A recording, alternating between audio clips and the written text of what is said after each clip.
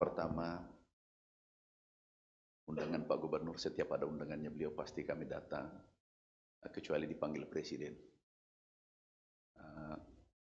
Ini ada tamu penting yang akan datang, ada 4 menteri pertanian dari Australia, New Zealand, Kanada, Belarus, yang kami persiapan untuk tamu-tamu penting ini. Tetapi ini Jogja tidak kalah pentingnya. Kenapa? Ini kampung halaman saya yang kedua. Itu sebelum merdeka sudah ada persaudaraan yang tidak bisa dipisahkan antara Jogja dengan Makassar. Makanya kalau tidak salah di sini ada kampung Bugisan dan Kampung Daeng. Ini jadi aku tahu ini sangat dekat. Aku cuma tahu cerita.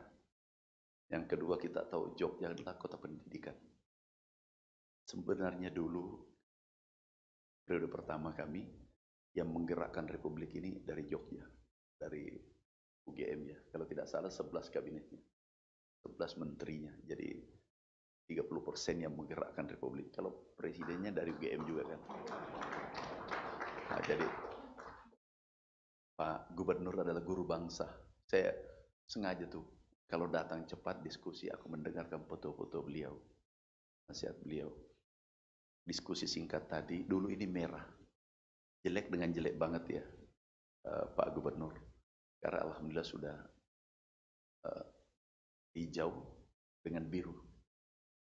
Nah, sebenarnya saya datang belajar di sini. Ada juga dari NU, aku bawa Pak Andi Jamarot ini, tokoh NU.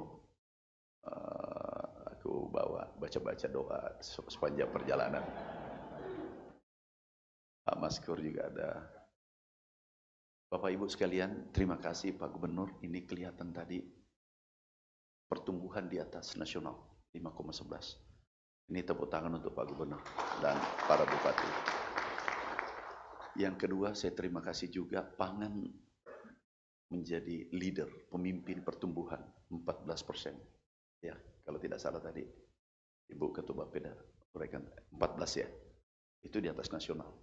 Dan pertanian sekarang ini pertama dalam sejarah pertumbuhan ekonomi penyumbang terbesar pertama dalam sejarah itu dari pertanian 10,55%. Kalau sektor pertanian bergerak, ekonomi Republik ini bergerak. Kemudian hasil kita ini baru-baru kita capai tertinggi dalam sejarah selama merdeka. Stok kita ini ada stok kita tertinggi 4 juta ton, 4,2 juta ton, tertinggi selama berdiri ini Republik. Dan ini kerja kita semua, bukan kerja satu orang. Dan ini diakui oleh FAO. Ini FAO diakui oleh USDA, United States Department of Agriculture dari Amerika. Kemudian BPS. Jadi ini tidak diragukan lagi karena FAO, Amerika, dan Indonesia ini pertama sejarah betul-betul Indonesia diakui di bawah komando Bapak Presiden Republik Indonesia. Gagasan besar. Kami hanya operator, kami hanya pelaksana. Dan salah satu penyumbang tertinggi adalah Yogyakarta, 14%. Nah, setelah pangan kita akan bergerak ke perkebunan. Kita ingin hilirisasi. Masa depan Indonesia ada di pertanian. Kenapa? Keunggulan komparatif kita itu ada sektor pertanian karena bisa bercocok tanam 12 bulan. Kalau di negaranya itu nggak bisa. Di negara katakanlah European countries itu nggak bisa. Kelapa pun tidak bisa tumbuh dan dia bisa bercocok tanam itu 6 bulan, 8 bulan karena ada musim salju. Indonesia 12 bulan. Sumber dayanya melimpah, airnya melimpah, dan seterusnya. Nah, ini kita gerakkan kalau, ini sesuai BPS, kalau sektor pertanian bergerak 1.900 triliun, itu ekonomi bergerak 57.000 triliun. Kalau ini kita bisa naikkan 5 kali lipat, itu berarti bisa bergerak 270 triliun. Nanti uang bergerak di Republik ini.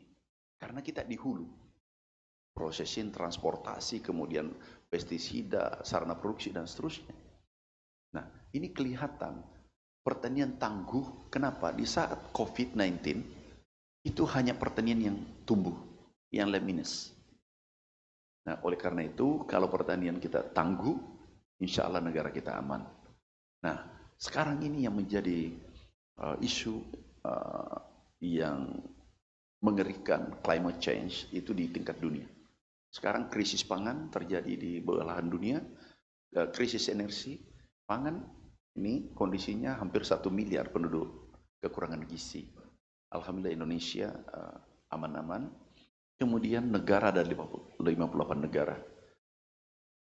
Kita lihat negara tetangga. Malaysia, Filipina, Jepang. Ini Malaysia antri. Saat ini terjadi.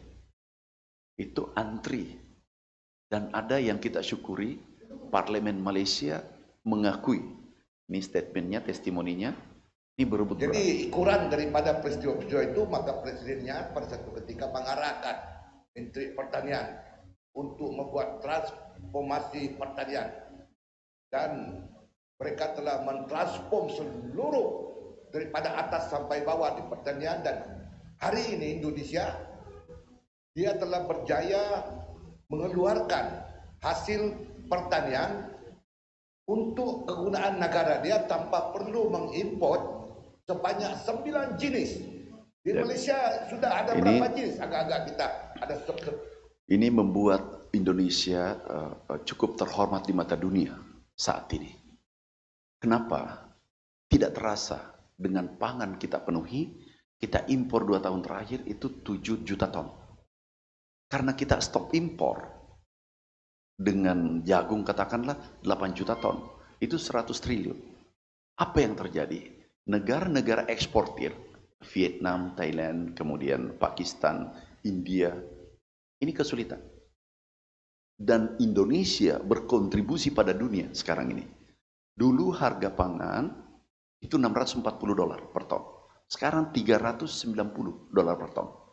Artinya apa? Indonesia motor penggerak pangan dunia dan berkontribusi pada masyarakat dunia saat ini.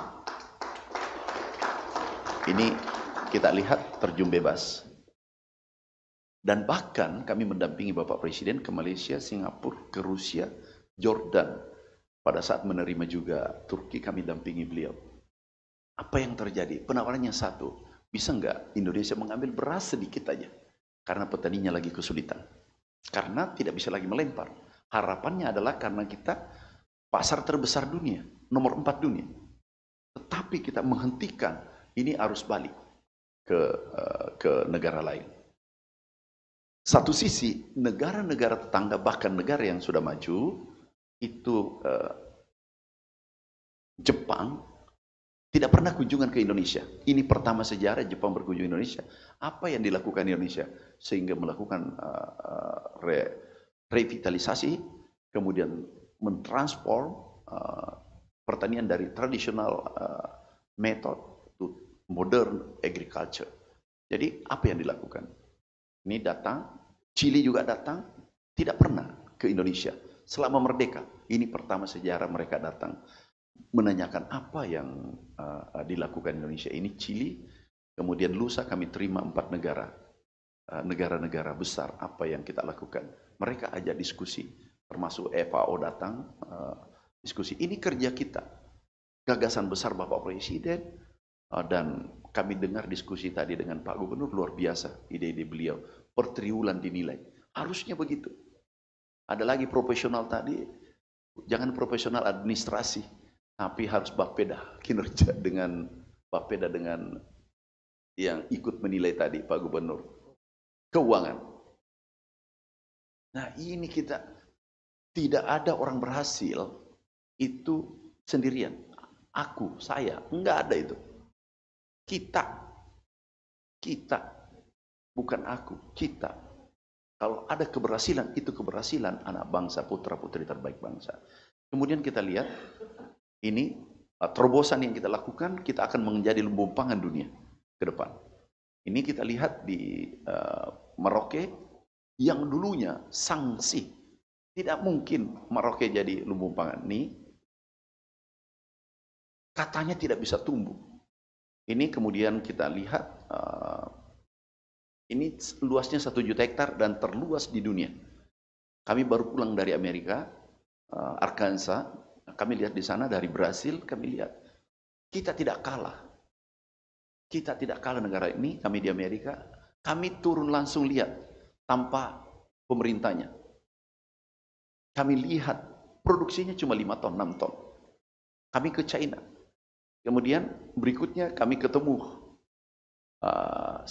Secretary of Agriculture, ini adalah petaninya. Ini yang bawa mobil. Ini pertanian. Kami diskusi, kita tidak kalah. Hanya harus percaya diri dan kita harus berkarakter. Petarung seperti Pak Hamengkubuwono. Kita cetak Pak Hamengkubuwono karakternya di Republik ini. Dari merah-merah sekali, jelek sekali menjadi baik, bahkan biru. Jadi biru diartikan kalau di Bugis itu darah biru. Berarti dia sangat kuat. Kemudian kita lihat lagi. Bapak Presiden datang kunjungan pertama. Kita lihat di Merauke. Nih, Presiden tanya, dulu kok tidak bisa tumbuh? Iya Bapak Presiden, karena kami kelelahan juga. Aku canda dikit. Iya, karena tidak ditanam. Hanya dinarasikan. Hanya didiskusikan. Kalau diskusi, alhamdulillah kita nomor 1. Di mana-mana.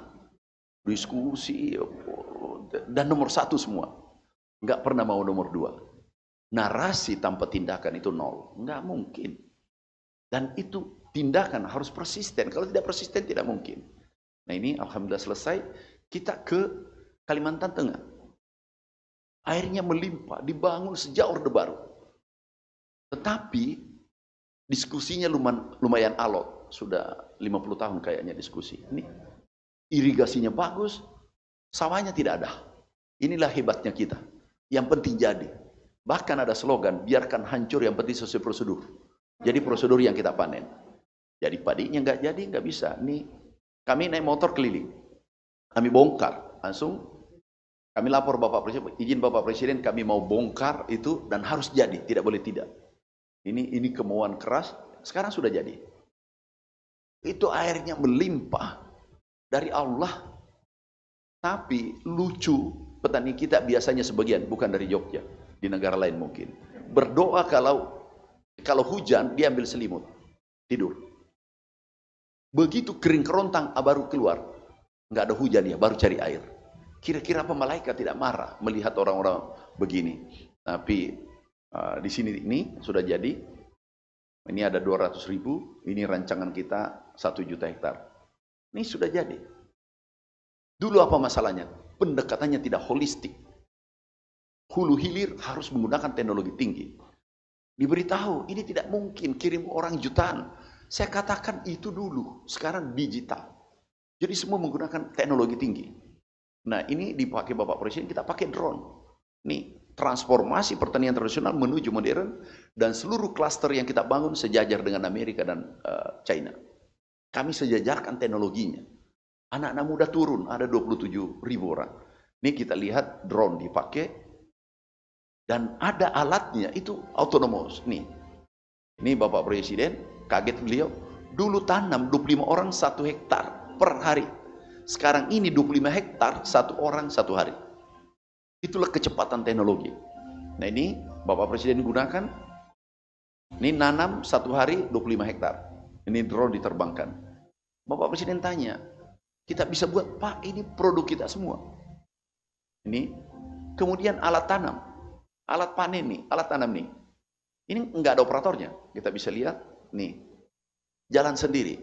Jadi bisa dari kantor gubernur, bisa jarak 10 kilo bisa tanam. Bahkan pikiran saya nanti, kami membayangkan Indonesia, tanam, panen, olah, langsung disajikan, tinggal di meja. Tinggal kita makan. Panen juga diantar pulang. Jadi kita tinggal rutenya diperbaiki, antar pulang ke rumah. Jadi tidak ada gerakan di lapangan. Nah, itulah teknologi, literasi digital. Ini traktornya jalan. Ini rancangan kita dan kita tidak kalah dengan negara lain. Kami dari China, katanya teknologinya tinggi, produktivitas kita masih lebih tinggi. Di sana 7 ton, kita bisa 10 ton. IPB, UGM, kemarin dengan beliau, masalah kedelai ya, kita dulu. Jadi kita ini orang hebat. Hanya saja, biasanya kurang rajin. Jangan bilang malas, marah mereka. Kurang rajin. Jadi mau kaya tapi tidur. Nah itu, di situ masalahnya. Kemudian kita lanjut, hilirisasi. Ini waktunya terbatas, harusnya 1 hari 1 malam. Ini dibatasi nih, hilirisasi nanti. Bapak Presiden perintahkan kepada kami, anggaran 371 triliun sudah beliau setujui. Hilirisasi, semua yang demandnya tinggi. Kakao, mente, kemudian kopi dan seterusnya. Anggarannya sudah turun, hari ini saya tanda tangan.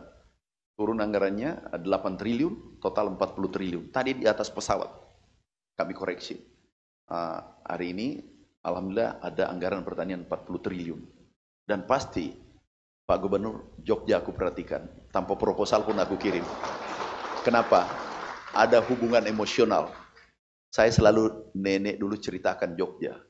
Bahwa 1667.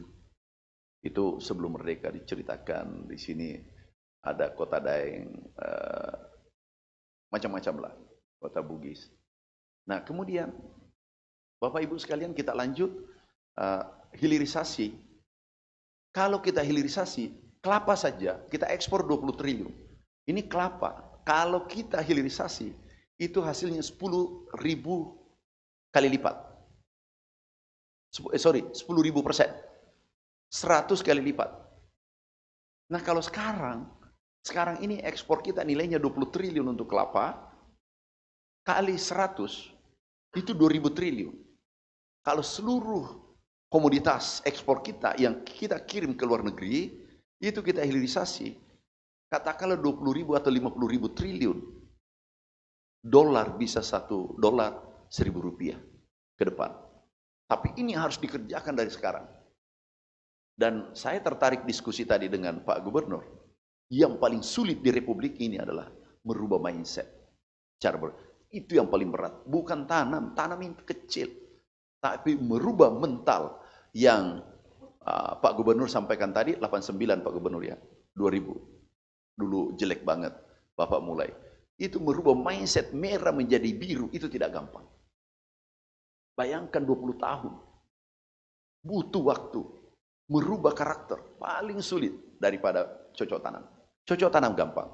Nih, kalau kita ubah ini, sekarang ada perubahan pola makan India dengan China, yaitu coconut milk. Yang dulunya susu, dia bergeser. Dan yang menguntungkan Indonesia adalah karena tidak menguntungkan Indonesia, di sana tidak bisa tumbuh kelapa. Di Eropa, sekecil gini, itu 34.000. Kami hitung, 34.000. Kelapa mentah, gini dijual, 34.000 harganya. Nah ke depan, masa depannya, nanti ada 6 komoditas, ada 13 komoditas strategis, tapi 6 kan kita selesaikan ke depan. Kalau itu yang terjadi, kita lihat 600 triliun, coba kita lihat ekspor kita ini, 600 triliun, kalau kita kali 100 atau kali 50 saja, itu 30.000 triliun. Kalau ini bergerak di ujung, kemudian di Indonesia bergerak seperti tadi, 300.000 triliun. Indonesia mencapai Indonesia emas dan bisa kita superpower ke depan. Contoh kecil terakhir, sudah habis waktunya Mbak? Oh sudah, ini 1 detik. Ini kakao kita dari Sulawesi Tengah, Sulawesi Tenggara, mente Sulawesi Tenggara, dari Jawa Timur, mente kakao kita. Kemudian diekspor ke Singapura. Hasilnya apa? Setelah diulek, naik 38 kali lipat. Modalnya Singapura cuma ulek diputar gini, dan bangga orang Indonesia dicangi, itu 38 kali lipat. Kami rintis, kami sudah siapkan anggaran sekitar 4 atau 7 triliun untuk membangun hilirisasi, dan yang mengulek nanti ke depan adalah Indonesia. Semua komoditas kita ulek dikelola di Indonesia. Inilah persoalan kita, tetapi harus konsisten. Kalau ini tidak konsisten, Indonesia jadi pocok-pocok, 2 kali maju, 2 kali mundur. Enggak pernah maju. Ini adalah visi besar, adalah milik bersama kita. Kita harus kawal bersama. Saatnya kita mengatakan bukan saya, tapi kita. Kita adalah NKRI Merah Putih. Kita harus bangkitkan untuk menuju negara superpower sejajar dengan negara maju di dunia. Terima kasih. Wassalamualaikum warahmatullahi wabarakatuh.